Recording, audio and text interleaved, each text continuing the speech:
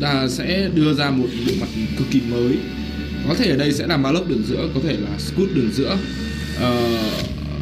Yamate sẽ được đánh một con bài mà anh ta chưa sử dụng tại Bootcamp, cũng như là tại LOC, có thể nó sẽ là Arduin. Đó là những gì mà theo như chia sẻ của Đồng Nam là Việt Nam sẽ sử dụng, sẽ tạo bất ngờ cho đối phương ngày hôm nay. Cũng có thể là Omega được xuất hiện một lần nữa, và cũng có thể là Van Hên của Đồng Nam. Chính sự lo lắng, và đây chúng ta cùng trước mắt đến với cái clip trước trận đấu.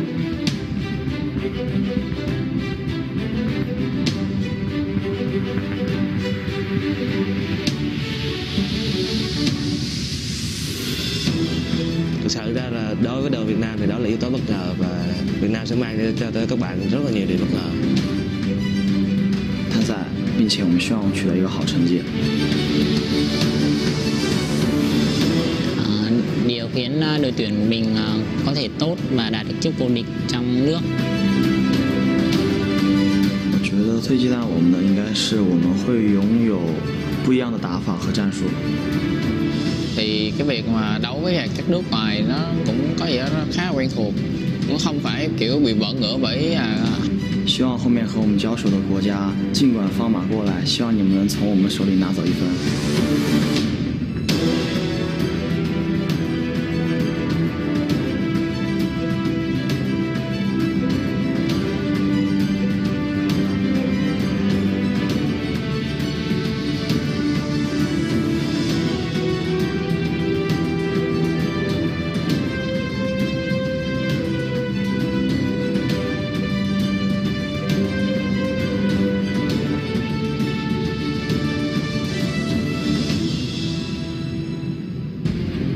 Và chúng ta đến với một phần rất quan trọng của trận đấu này, đó là tung đồng xu. Trung Quốc là đội sẽ được chọn trước, và không bất ngờ, nếu không có bất ngờ xảy ra họ sẽ chọn đội xanh và chúng ta sẽ ở đội đỏ.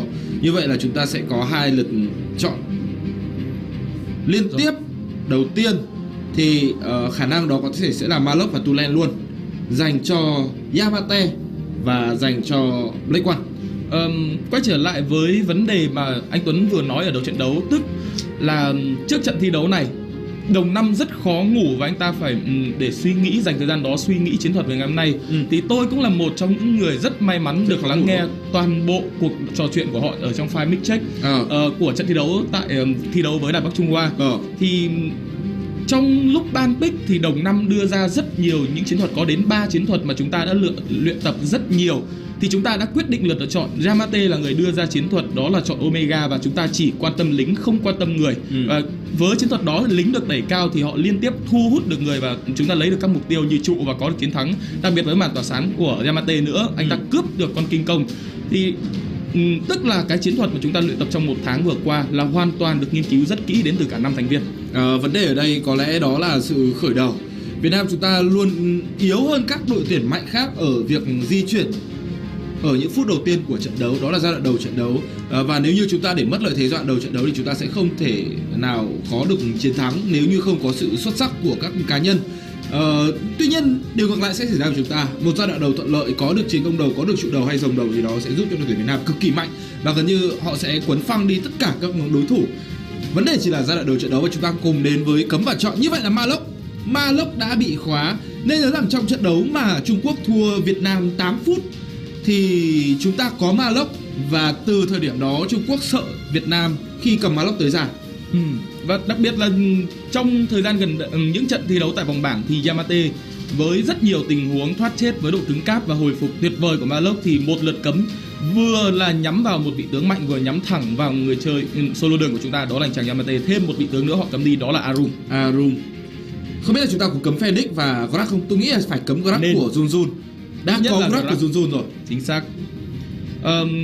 Chúng ta đã thấy ở vòng bảng Jun anh ta bên cạnh những người chơi đỉnh cao về Grab như Thái Lan đó là Moss, rồi như Hàn Quốc đó là Jaejack, thì Trung Quốc họ luyện tập cũng mới luyện tập con bài này, nhưng Jun với bẩm sinh anh ta có kỹ năng rất cao, cho nên với Grab anh ta thi đấu rất tốt tại giải đấu này, và cấm một lượt cấm đi để hạn chế cái áp lực về mặt tâm lý dành cho đội tuyển Việt Nam. Có cấm Tulen của Black One không? Như vậy là Timmy của Polo đã được đụng tới đến từ bên phía Trung Quốc. Đây là điều bất ngờ. Trung Quốc họ rất mạnh trong khoản là đưa Timmy ra đường giữa. Tuy nhiên hiện tại với những gì thể hiện thì Nam One có quá nhiều tướng ở đường giữa rồi, không cần sự bất ngờ đến từ Timi nữa. Omen là lượt cấm cuối của Việt Nam, như vậy thì chúng ta để cho đối phương có Phoenix. Mà tôi cá chắc rằng Trung Quốc trận đấu này chưa chắc họ đã đánh Phoenix, bởi nên nhớ rằng Yamate gọi là bậc thầy về Chao Na, và Chao Na là bậc thầy khắc chế ở Phoenix. Khi đối phương lộ ngay lập tức ra con bài Senel ở lượt chọn đầu tiên, tôi đang nghĩ đến Đồng Năm sẽ sử dụng chiến thuật giống ngày hôm qua mà Thái Lan họ sử dụng, đó là họ câu cho Senel bay đi và một vị tướng đẩy đường rất mạnh ở đường trên, đó là Kill Road ngay được lập tức muốn nhắm tới đến từ đội tuyển Việt Nam. Bên cạnh đó còn cả Lindis dành cho TF nữa. TF sử dụng vị tướng này không nhiều tại giải đấu lần này. Ngày hôm qua là cuộc đối đầu giữa Hàn Quốc và Bắc Mỹ đúng không nhỉ? Thái Lan và Đài Bắc Trung Hoa Oai Cạc. Chính xác. Remix đã cầm King Rod và khắc chế Senel của Đài Bắc Trung Hoa Oai Cạc cực kỳ tốt. Và như vậy chúng ta đã có Lindis, đây là điều bất ngờ. Bởi xuyên suốt giải đấu LEC thì TF chưa đánh Lindis lần nào. Ở giải Bootcamp anh ta có đem ra rồi, và đó là một sự thất bại rất lớn của TF với con bài Lindis này. Và hy vọng rằng sau một tháng anh ta có một sự tiến bộ vượt bậc với Lindis, và có thể coi đây là một sự bất ngờ mà Việt Nam dành tặng cho Trung Quốc. Quan trọng hơn là Timi đã bị cấm đi thì vị tướng còn có thể sử dụng còn lại cho Polo đó, một là có thể Joker, hai là Alice là những vị lựa chọn tối ưu nhất ở thời điểm hiện tại. Thì với Lindis, Alice hoàn toàn có thể được nhắm đến khi Timi bị cấm, và Nanduan đã có vị trí đường giữa thuận tay nhất của anh ta, đó là Tulen. Đây là điều cực kỳ đáng tiếc, bởi tôi rất muốn Black One cầm Tulen trận đấu này, bởi chúng ta sẽ có một sự khởi đầu nó tốt hơn với Tulen. Chrissy thì phải đợi thời gian.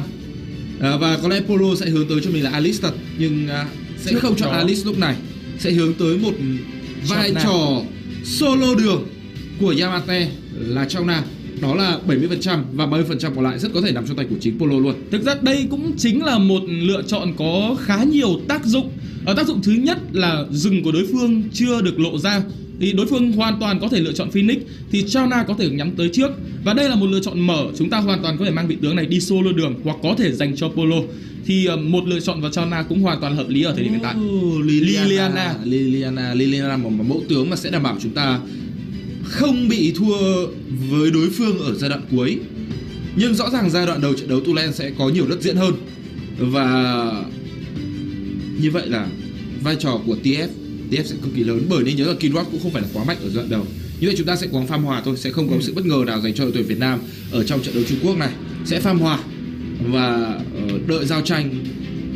Còn với Trung Quốc thì họ sẽ đánh mục tiêu, đó là rồng, đó là trụ với Phoenix. Và Phoenix được khóa và chúng ta đã có Chao Na rồi. Liệu lựa chọn cuối cùng thì muốn nhắm tới có phải là Alice hay không? Nhưng quan trọng hơn là với Phoenix thì khả năng họ tập trung với nhau để ăn các mục tiêu lớn là rất sớm.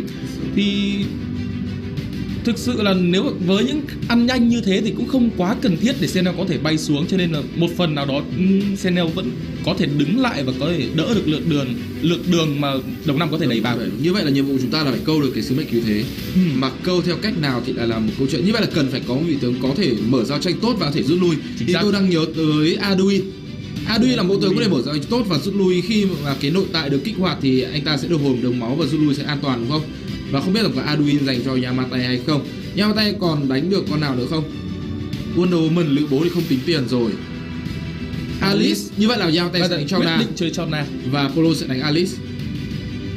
Đội hình hai bên đã có đồng nghĩa với việc giai đoạn nửa đầu trận đấu chúng ta nên chơi nửa bản đồ ở khu vực ngược lại so với đường đi của 98K, đúng không? Không, tôi nghĩ trận này chúng ta cứ đánh vào phần bản đồ của bên mình thôi, sẽ không có cướp rừng. Thì đội hình này hơi khó để cho Việt Nam có thể làm được đó. Nếu như mà Trung Quốc họ họ chấp nhận đổi thì chúng ta đổi thôi. Nhưng tôi nghĩ Trung Quốc đang có một đội hình tạm thời thấy nó lực hơn Việt Nam ở giai đoạn đầu. Thì Trung Quốc hoàn toàn để cướp rừng chúng ta và quay lại rừng của Trung Quốc để phản công. Thì đó là một cái gì đó khá nguy hiểm. Chúng ta sẽ cố gắng đánh phòng ngự thôi. Nếu như đội bạn cướp thì chúng ta cướp lại. Thì đại loại là với đội hình này thì chúng ta hoàn toàn vẫn có thể tuân thủ cái chiến thuật mà giống với đội tuyển Việt Nam đã đặt ra, đó là họ quan tâm lính nhiều hơn và họ quan tâm tới các mục tiêu là trụ nhiều hơn so với việc đánh nhau với đối phương. Thì Yamate vẫn hoàn toàn có thể đi solo đường, sau đó đẩy lính rất cao, lui về an toàn.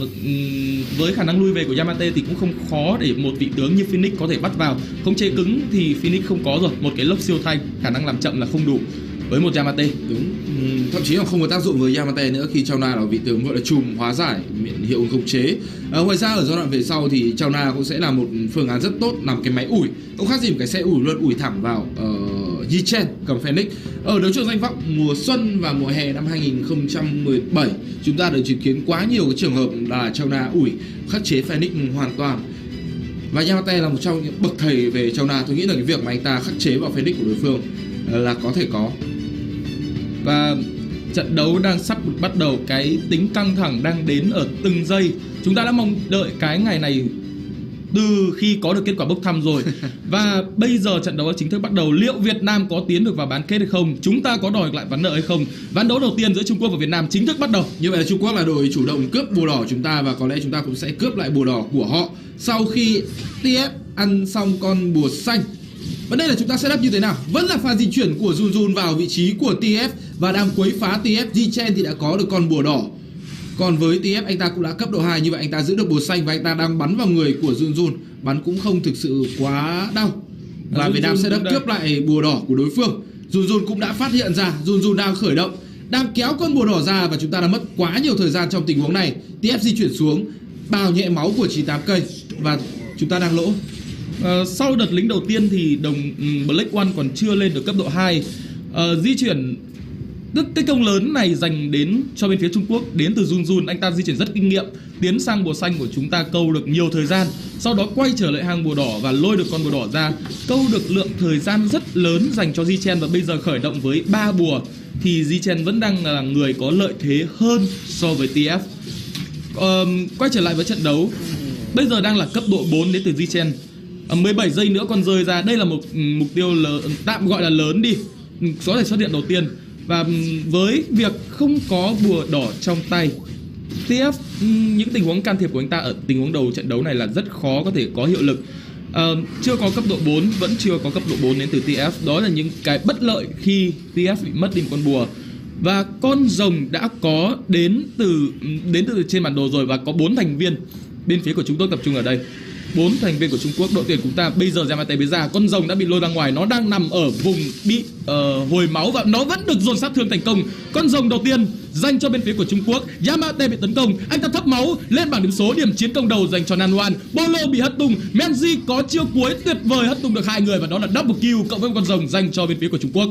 Và sau khi chúng ta mất 2 mạng thì có nghĩa chúng ta cũng sẽ mất luôn cho mình là combo xanh, một sự khởi đầu rất tốt đến từ Trung Quốc. Nghìn tiền chênh lệch có số khá lớn, nhưng rất may chúng ta vẫn chưa mất được cái trụ nào. Đây là điều quan trọng nhất. Vẫn còn trụ thì chúng ta vẫn còn được trận đấu. Những lợi thế nó dẫn đến từ ngay những bước di chuyển đầu tiên rồi. Khi với 3 bùa thì trước tình huống đó TF còn phải đứng ra đường giữa để chia lượng kinh nghiệm với Black One, khiến cho TF lên được cấp độ 4, nhưng Black One cũng bị thua thiệt so với đối phương về mặt cấp độ. Cho nên đây là pha giao tranh mà chúng ta có bị bất lợi ở trước tình huống đó. Đây là một pha chủ động kéo rồng và dồn sát thương rất nhanh, khiến cho Việt Nam, thực ra đây là một góc rất đẹp để cho Yamate có thể tạo ra nhiều điều kỳ tích. Nhưng đáng tiếc là rồng lại thuộc về Trung Quốc chứ không phải thuộc về Việt Nam. Nếu như thuộc về Việt Nam, Yamate cấp độ 4 bật cho mình cái vực hỗn loạn lên và Trung Quốc chính thức nát, bởi họ đã tụ tập vào một cái góc mà góc đó Yamate đã tiếp cận rồi. Đó là sự đáng tiếc. Và cái việc kéo con rồng ra thì cũng rất thông minh đến từ Trung Quốc. Và con rồng thì nó đứng ở cái vùng mà mất cái sự kiên nhẫn rất lâu, nhưng mà cái sức sát thương dồn vào của Trung Quốc cũng cực nhiều và có giao tranh ở đường trên. Và đó là chiều cuối đến từ Mengi. Polo chỉ còn 2.000 máu, trụ đang bị bào đến từ Trung Quốc và sứ mệnh cứu thế đáp xuống. Điểm mạo gục dành cho Jun Jun. Đồng Năm không giữ được trụ và Đồng Năm cũng sẽ nằm. 2 mạng tiếp theo dành cho Trung Quốc. Trong khi đó đường dưới thì chỉ có Yamate, anh ta tranh thủ thời gian này thì chặn lại những đợt lính và lấy lợi thế về mặt đợt lính ở khu vực đường dưới, sau đó di chuyển vào khu vực đường giữa, giảm tải cái áp lực dành cho Black One. Đội tuyển của Trung Quốc đang liên tục di chuyển với nhau từ 3 đến 4 thành viên. Đây là điều mà Trung Quốc họ đã thế nào nhỉ, khắc chế được sự sai lầm mà Đài Bắc Trung Hoa đã dính phải trong trận đấu ngày hôm qua trước Thái Lan. Thứ nhất đó là họ để cho Seniao không đối đầu với Kinrod mà đối đầu với Chauna ở đường rồng. Chauna không có cái gì để giữ chân được Seniao cả. Cái thứ hai đó là việc không để cho Seniao đối đầu với Kinrod, thì khi mà Seniao bay đi sẽ không mất trụ.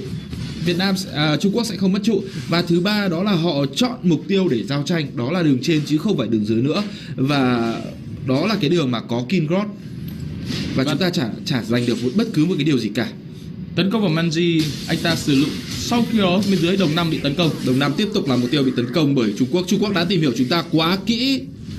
Chúng ta không mất trụ này coi như là một sự may mắn, bởi lính không còn nữa, bởi Black One đã can thiệp kịp. Tuy nhiên, những cái trụ tiếp theo vẫn đang rất nguy hiểm, bởi đối phương có Phoenix bây giờ cấp độ 9, còn TF mới chỉ cấp độ 7. Tiếp tục là tình huống tấn công đến từ cả hai bên. Đường giữa đang là mục tiêu mà bên phía Trung Quốc nhắm vào. Sau đó họ liên tiếp Jun Jun luôn là người lấy được rất nhiều thông tin về cho Zichen. Zichen anh ta chỉ việc đi qua các mục tiêu lớn, sau đó đặt kíp nổ của mình vào, lấy trụ, lấy rồng rất nhanh mà thôi. Hai rồng đó là hai trụ dành cho bên phía đội tuyển Trung Quốc, một khoảng cách rất lớn ở đầu trận đấu này. Và chúng ta đã mất đi trụ 1 đường rồng rồi, đang cố gắng phòng ngự trụ 2. Trung Quốc vẫn đánh như vậy, vẫn đánh với một tốc độ cao, liên tục lấy những mục tiêu. Trong vòng 5 phút thi đấu họ đã có 2 rồng 2 trụ và khả năng sẽ có cái trụ thứ 3, đó là trụ 1 đường giữa. Nhưng trước hết là con bùa xanh. Tôi nhớ không nhầm thì con bùa xanh thứ 2 chúng ta bị mất trong trận đấu ngày hôm nay. Và cái thế trận thì đang bắt đầu được áp đặt đến từ phía Trung Quốc khi họ biết họ là người mạnh hơn. Và đồng 5 tiếp tục là mục tiêu bị nhắm đến. Đây là điểm bị nằm xuống thứ 3 của đồng 5 đúng không? Khó rồi, cũng không thể làm gì được. Trong đó TF thì vẫn chưa tạo được nhiều sự đột biến. Anh ta vẫn di chuyển, cũng hỗ trợ đồng đội đó, nhưng mà sức chưa đủ. Đây chưa phải độ 9 của đội tuyển Việt Nam, trong khi đó độ 9 của Trung Quốc đến quá sớm. Và đường giữa đang bị uy hiếp. Thậm chí Black One vẫn có thể bị hạ gục không? Vẫn chưa có một cái tẩm nào cả. Sứ mệnh cứu thế được dùng để cứu Mengi, để cứu cái trụ. Trong khi đó thì Black One bị Nawan áp sát và mất 2 trụ đường giữa liên tiếp. Và thậm chí rằng 3 trụ liên tiếp chỉ trong vòng ít giây, nổ quá đầu đến từ Zichen. Con bài nó bệnh hoạn quá. Cần phải cấm, tôi nghĩ là cần phải cấm ở trong ván đấu thứ 2. Chính xác. Đây là vị tướng mà Zichen vẫn đang làm mưa làm gió tại giải đấu lần này suốt từ bootcamp cho tới bây giờ. Ngay từ con rồng đầu tiên thôi, trận đấu đã nghiêng về một phần bên phía của Trung Quốc rồi. Và với cái lợi thế đó họ liên tiếp di chuyển 3 thành viên liên tục đi cùng với cả Zichen. Và đặc biệt là Jun Jun. Đây là anh chàng thi đấu quá kinh nghiệm đi. Mỗi lần công trụ là một cái chiêu cuối long trời lở đất đặt ra, tạo khoảng trống rất lớn dành cho Zichen có thể bắn vào. Với cái sức sát thương của Phoenix đi, rồi ăn kinh công ở phút thứ 7. Đây là một trong những con kinh công sớm nhất tại giải đấu lần này. Khó rồi, thực sự là quá khó với đội tuyển Việt Nam, bởi Liliana chưa lớn. TF thì dạng đầu đã thua luôn rồi. Hai cánh chúng ta thì là Yamate cũng không có quá nhiều thứ để tạo sự đột biến, chỉ là một Chauna mà thôi. Còn với đồng 5 thì anh ta chưa đủ đồ. Thậm chí bây giờ anh ta đang cố gắng cản lính để không cho đối phương đẩy lính 3 đường lên liên tiếp. Nhưng quá khó, bây giờ tay đôi với Seniel có vẻ cũng như đang thua. Zichen đã lấy xong cái trụ cuối cùng, cái trụ ngoài cuối cùng của chúng ta, và bây giờ họ sẽ tiến vào trụ bậc thềm. Quan trọng là họ còn có 3 con bài mở giao tranh rất mạnh nữa, đó là Skurs, đó là Lumbur, đó là Senel. Thì cái cách băng vào của họ cũng rất dũng mãnh, tạo khoảng trống cho Zichen cũng như là Nanhuan phía sau, có thể gây sát thương. Khó. Chúng ta muốn chơi kéo dài trận đấu thì cũng rất khó với một đội hình ép giao tranh mạnh như Trung Quốc ở thời điểm hiện tại. Bây giờ Trung Quốc, Phoenix bây giờ vẫn còn cái gọi là cái chiêu một gọi là gì nhỉ? Kíp nổ. Kíp nổ. Bây giờ họ chỉ cần chờ chúng ta bị lơ đãng thôi. Mà cũng một tín hiệu vui là chúng ta có Lindis với 2 cái bẫy đặt ra rất nhanh, nhưng bây giờ thì khó rồi. Trụ đã mất nửa máu. Trụ đã luôn có cho Trung Quốc và Yamate quá đơn độc. Mất trụ rồi thì phá lính làm gì nữa. Như vậy là đã mất một người. Liliana của Black One thì sao? Đang cố gắng cắt lính. Còn một con lính. Và chúng ta đã giết được con lính đó. Còn Liliana thì liên tục bị đuổi bởi Seniel. Tạm thời là thành công. Chúng ta bị mất một đường lính siêu cấp. Với 7 điểm mà gục, lượng tiền chênh lệch bây giờ đã là hơn 9.000 tiền rồi. Và tiếp tục là công trụ ở đường dưới, chỉ cần một con xe tiến vào thôi. Rất may kíp nổ vừa rồi nó đặt ra dành cho đồng 5. Tôi đang xem pha rượt đuổi của Seniel với Liliana thì như là Tom và Jerry vậy. Bây giờ Black One cũng không thể làm gì được nữa, không màn chiến sự ở nhà nữa. Và có lẽ Black One sẽ phải nằm trong tình huống này. Những pha truy đuổi rất gắt gao đến từ 98K. Và 3 đường lính siêu cấp là những gì mà đội tuyển Trung Quốc đã có. Lính đã hết nhưng họ vẫn còn thế tấn công vào cái trụ này. Sức sát thương, bây giờ Phoenix chuyển thẳng sang bắn vào người của đồng 5 chứ anh ta. Trên bản đồ nhỏ thì vẫn là Tom và Jerry giữa Black One và 98K. Vẫn chưa có hồi kết, nhưng trận đấu thì có lẽ đã có hồi kết rồi, với chiến thắng ở ván đầu tiên dành cho Trung Quốc. Rất đáng tiếc cho tuyển Việt Nam khi mà chúng ta đã không giữ được con rồng đầu tiên. và để cho đối phương có nó, nếu không tôi nghĩ rằng cục diện của trận đấu sẽ thay đổi hoàn toàn, bởi cái góc đó là góc mà Yamate quá đẹp. Nếu như có cấp 4 bật vực hỗn loạn dùng chiêu lốc xoáy liên tục và sẽ khiến cho đội hình Trung Quốc tan vỡ. Đặc biệt là trong tình huống đó thì TF với thua thiệt về mặt cấp độ nữa, anh ta còn chưa lên được cấp độ 4 nhưng anh ta đứng khá sâu so với đối phương, anh ta không quá tiếp cận được gần vào con rồng, thì chỉ một mình Yamate đứng trong hang đó cũng rất khó để có thể cướp được con rồng vì Zichen có trừng trị. Đây là trận đấu điểm số hạ gục là 10-0 dành cho bên phía của Trung Quốc và MVP trận đấu này có thể thuộc về Nan Loan.